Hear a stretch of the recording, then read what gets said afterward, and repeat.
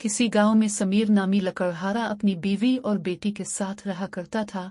वो लकड़ियां बीच कर अपना गुजारा करता था। एक दिन वो जंगल में जा रहा था कि इसे किसी के रोने की आवाज आई। इसने आदेर अलिफादेर देखा और आगे बढ़ गया, लेकिन आवाज फिर आने लगी। अब वो आवाज की समत बढ़ा। थोड़ी दूर जाकर देखा तो एक बच्चा रो रहा था। समीर ने बच्चे से रोने की वजह पूछी तो बच्चे ने कहा कि मेरे माँ बाप कल इस नहर में डूब गए और मैं अकेला रह गया। समीर ने कुछ सोचा और इस बच्चे को घर ले गया। बच्चे को बीवी के हवाले करके वो लकड़ियां काटने चला गया। आज इसे लकड़ियां लेकर बाजार जाना था। वो बाजार गया तो एक फैक्ट्री के सेठ ने इससे कहा कि आज से तुम्हारी सारी लकड़ियां मैं ही खरीदूंगा। ये सुनकर समीर खुश हो गया। सेठ ने इसे दुगनी रकम दी थी। उसने बच्चे के लिए कुछ कपड़े खरीदे और घर आकर उसे पता चला कि बच्चे का नाम हमजा है।